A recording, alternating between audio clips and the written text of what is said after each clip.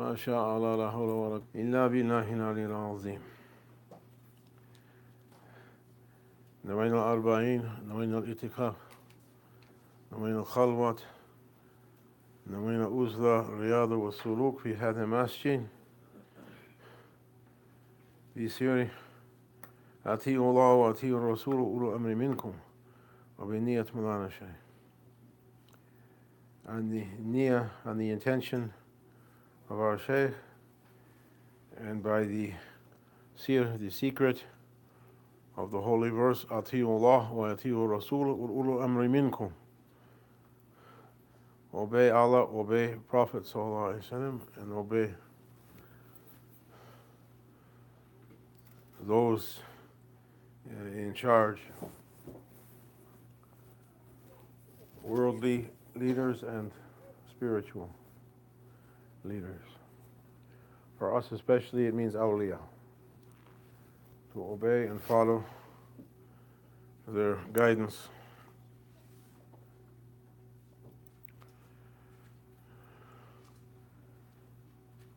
We're asking from Allah subhanahu wa ta'ala a good attention, a good meditation or concentration to be able to follow the guidance when it comes for high level awliya.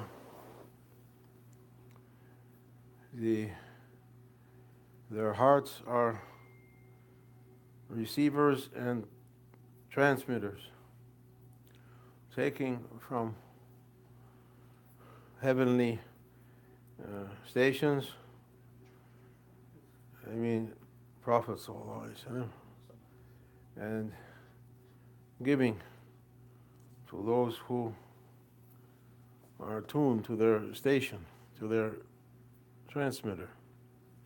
They have a kind of Wi-Fi. We have the earthly Wi-Fi that everyone's used to it, and there is a heavenly Wi-Fi also that awliya are using it. Okay? And they're able to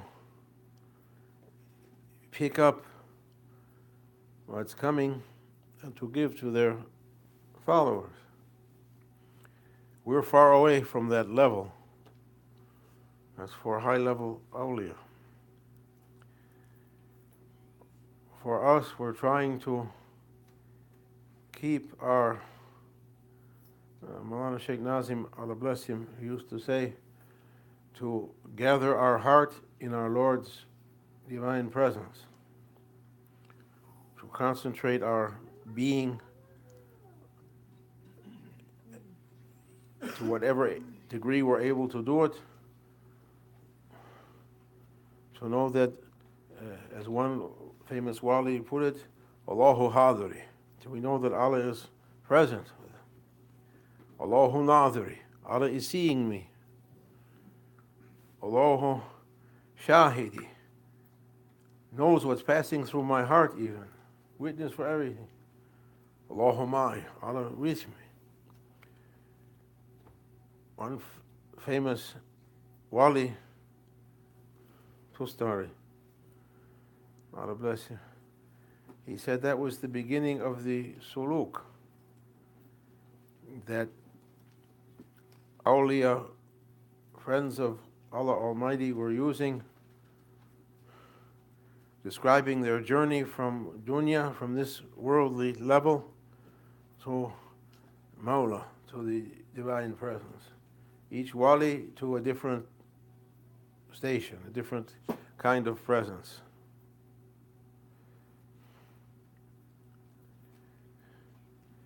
Each one to what Allah had written for him.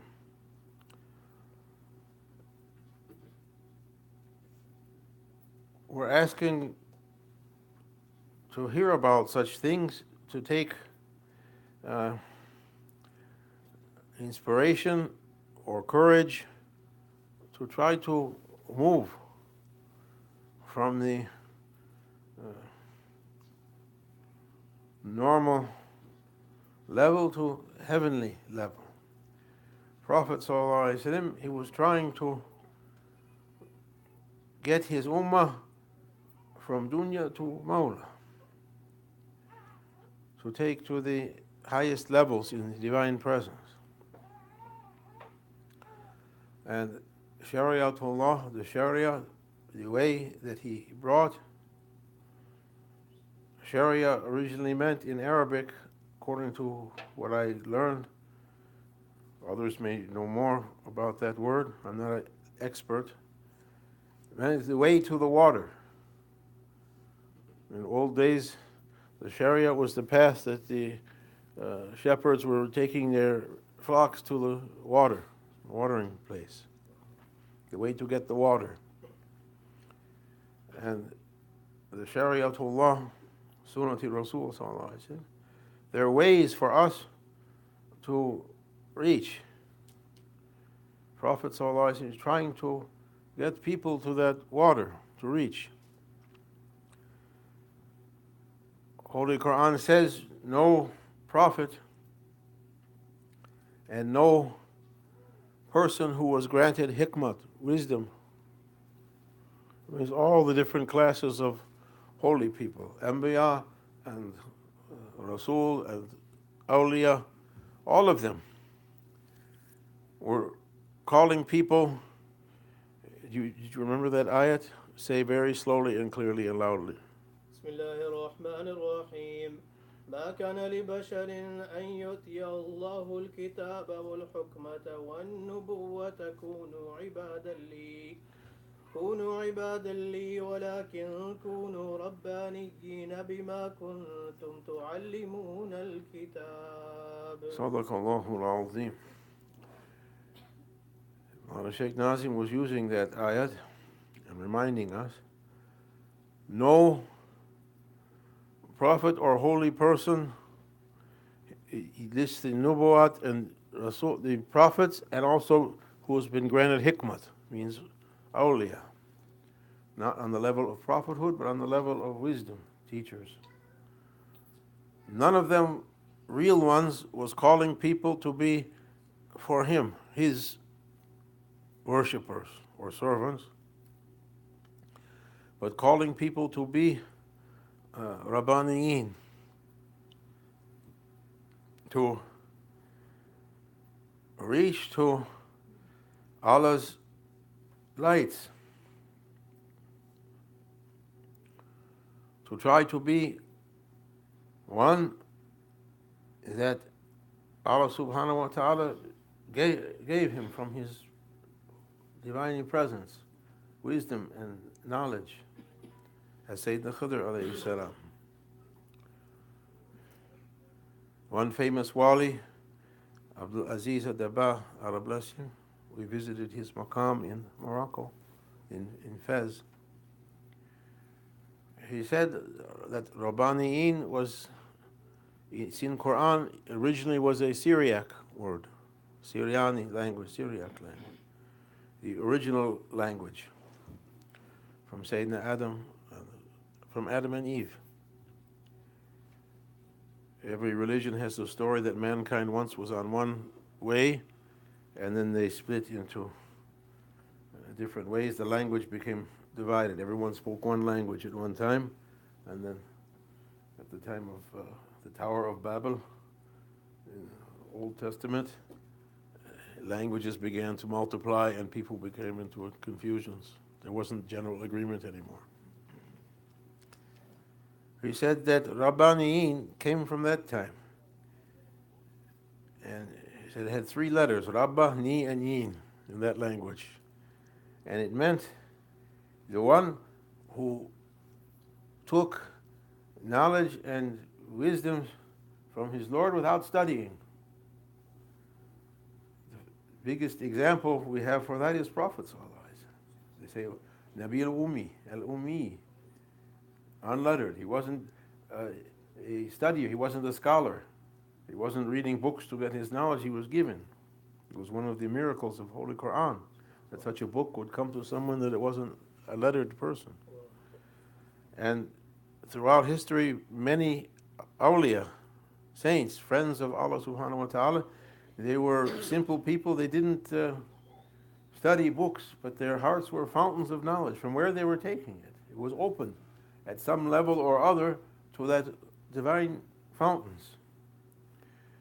That every prophet, especially the seal, what every prophet was doing, most especially the seal of prophets, was calling people to that level. It means a suluk is needed, a journeying from dunya to Mawla, from this common level to heavenly levels. And Shariatullah and Sunnah Rasul sallallahu alaihi wasallam gives people the training and preparation to move. First, to train us on the animals level, how to behave with each other. How to behave, because as we said before, to make that journey, that suluk, we have to ride our barak, as Prophet wrote his barak for Isra and Miraj. We have to ride. We've been given a barak also, each one of us. That barak is our ego, our nafis. It's a heavenly power ride. But anything of that huge power requires a training to be able to ride it. I'll say for the people who weren't here on Thursday, Maulana Sheikh Nazim said, if someone's given an Arabian horse or a powerful race car, they're very happy until they try to get on it or get in it and try to use it, and they find they can't control it. They don't have the training or the skill to, or the power to ride it. You're not able to stay on that horse when it begins to use its power. Either you fall off or it throws you off, or won't go where you want it to go, or the race car goes, you can't keep it on the road. The wheels are spinning and you can't, it's more than you can handle. So Prophet ﷺ, he brought ways to begin to control the ego. And we have Sharia at its basic level, how to fast, how to pray, how to make wudu, how to conduct yourself with your family, with people. So the wild ego is brought under a control, at least to that level. But Islam is for every level. It's for the simple one and the advanced one also. Every kind of people. You can find it in Sharia. Who wants to go more, Allah subhanahu wa ta'ala said ways to go more, following our Prophet.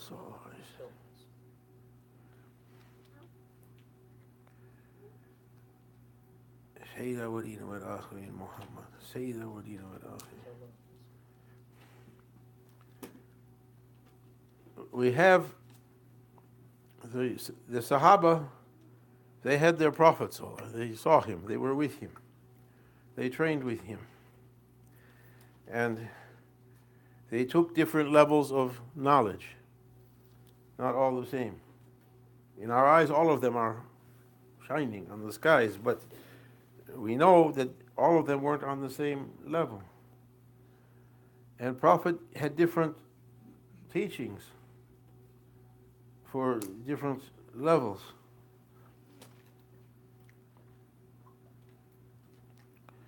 Sayyidina Abu Huraira, radiallahu anhu, he was like the secretary for Prophet, so he used to write down the hadiths. And he said, his famous saying, Prophet sallallahu alaihi wasallam, he taught us two kinds of knowledge. One kind I spread it, and we have so many hadiths from Abu Huraira, radiallahu anhu. The other kind, if I told you, you'd kill me, you'd cut my throat. I was at a dinner one time with a a famous Islamic professor in Chicago. And I was passing the time, everyone's sitting at tables, and he was my table mate. And I started to ask him about that hadith, because I know he's an expert on hadith. And I started the hadith, Abu Hurairah said, Prophet taught us two kinds. I said, no, stop. That's not correct. I said, you know better. He said, no, he didn't say Prophet taught us two kinds of knowledge. He said, Prophet Sahaba poured into our hearts two different kinds of knowledge. As Abu Bakr, the famous hadith, everything I took from knowledge and wisdom, or what I took on Isra and Miraj, I poured Sahaba into the heart of Abu Bakr. It came without teaching. I didn't say like this, like this, like this, like that. I put it in an instant, showing that there's another means of transmission of knowledge. And Abu Hurairah said the same thing. Prophet put two kinds of teachings. One kind we spread it, what he said, what he did. Another kind, if I told you couldn't take it, you'd come against me. Awliya have another kind of teachings, but it's not, everyone can't understand it. It has to be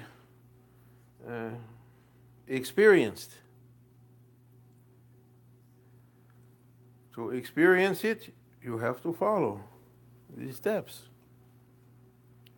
You have to, Ati'u Allah wa Ati'u Rasul wa Ul Amri Minkum. Everything has its root in Quran. If no root in the Quran and Sunnah, you can't follow. That's why he's saying be careful for teaching some other groups. You can't find the root for it. The true root, the reliable root, is in Holy Quran. That sums up all holy books. You have to find one of those people, as Sayyidina Musa had to find. He was asking that. Allah said, my sunnah, my way is to give that knowledge you're asking to someone. You have to go to him and take from him. I don't give it directly. He opened that door for him. And he found Sayyidina Khidr. And Khidr said the same thing to him. It's difficult. You have to be patient with what you can't understand. I'm not saying something shocking or new or secret. It's clear in Holy Quran that if you're asking higher knowledge, it's something difficult to understand and difficult to carry, to bear. You have to follow a guide. And the guide is going to, as Sayyidina Khidr with Sayyidina Musa alayhi salam, is not going to give candies and sweets. Yes, to begin.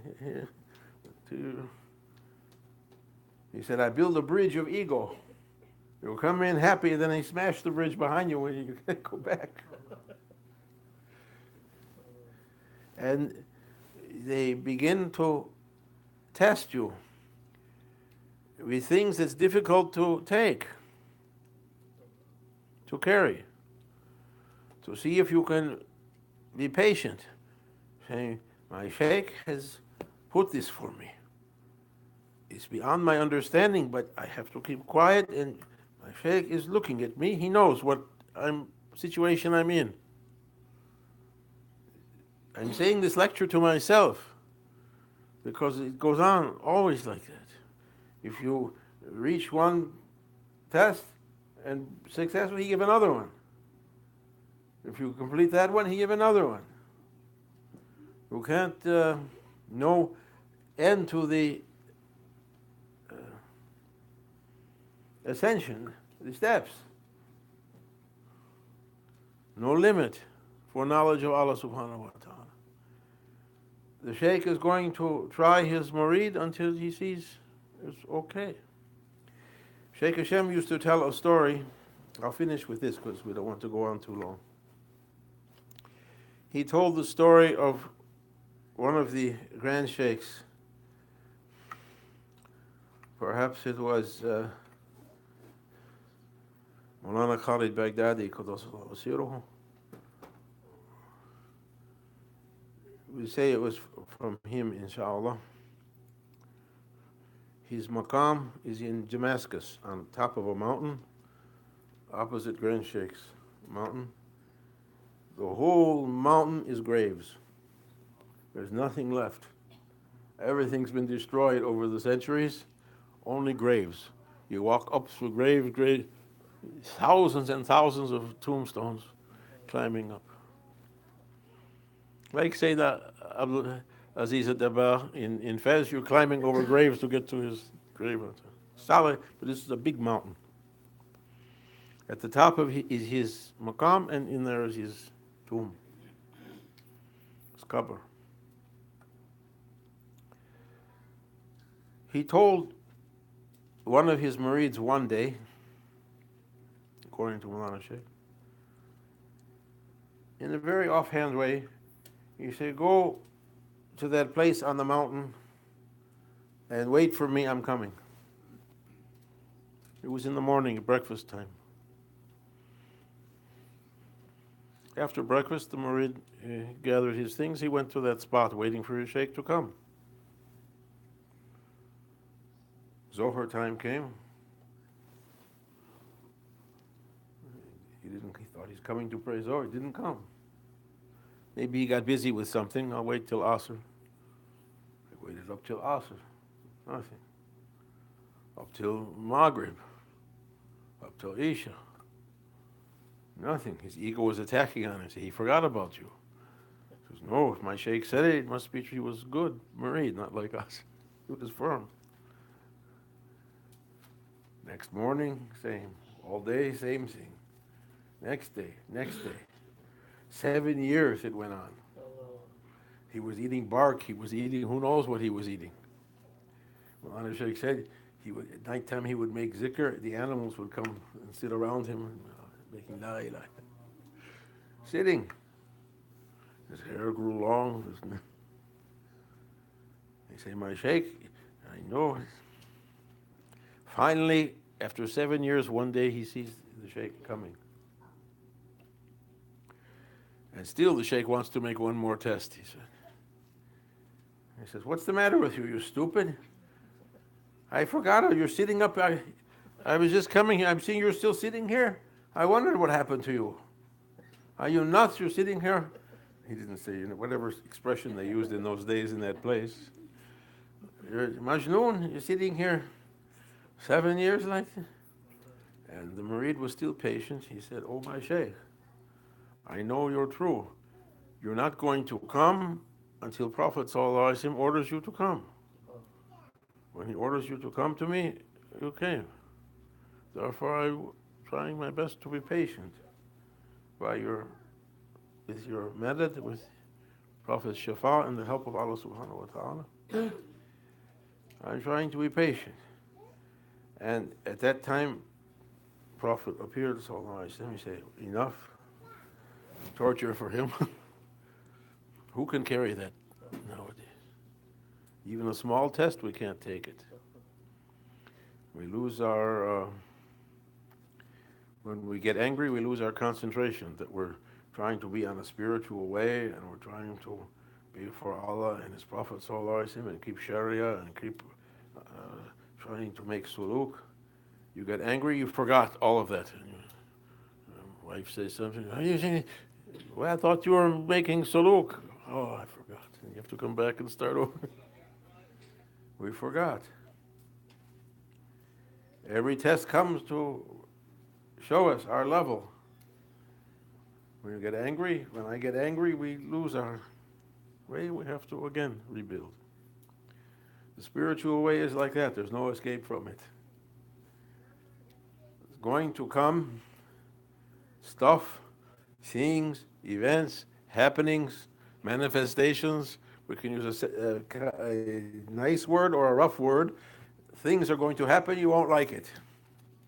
And it's going to make you want to blow up, but you have to keep patient. I have to keep patient.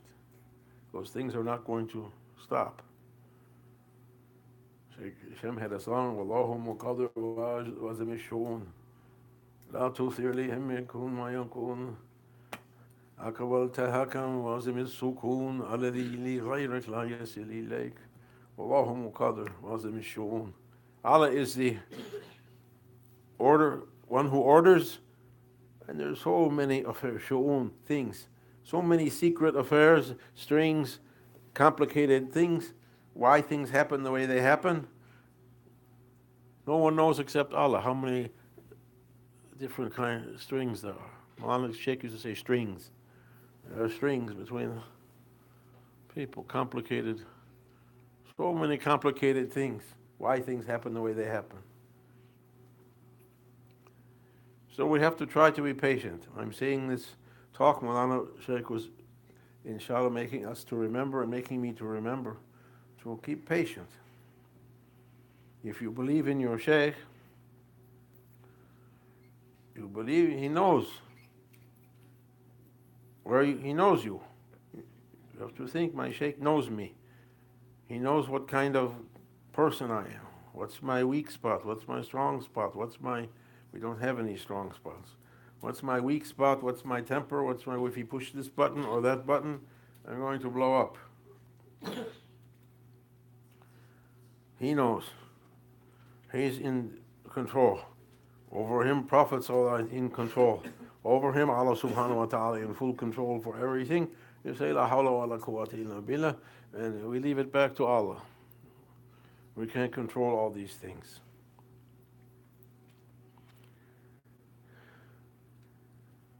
I read something strange today. Maulana Shaykh said, sometimes read history, study history.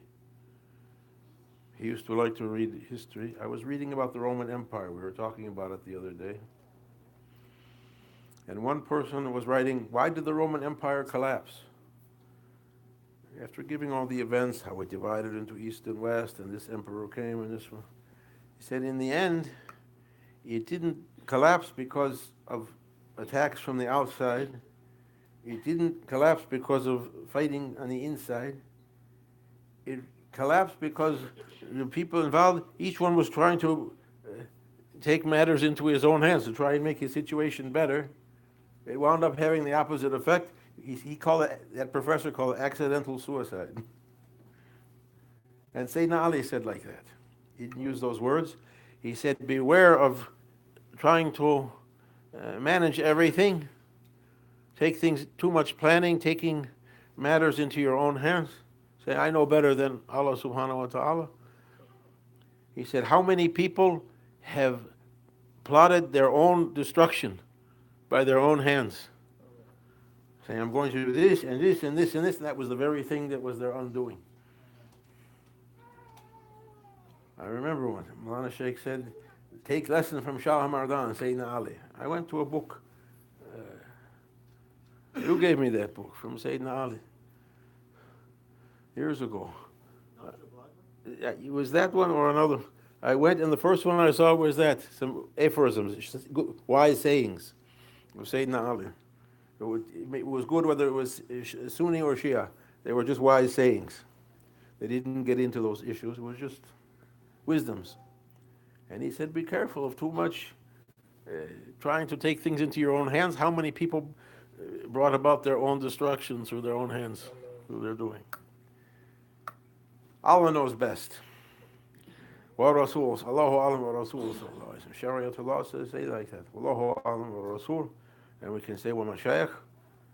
And we refer the matter, everything back to them. They know better what's going on, not us. Allah said, if I left it in your hands, all this world would be in confusion. Holy Quran says like that, isn't it? If it had been according to their desires, everything is going to be worse, 1,000 times worse.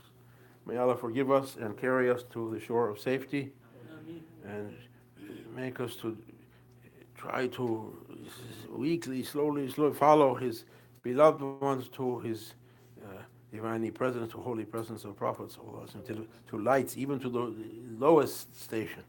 Fatiha.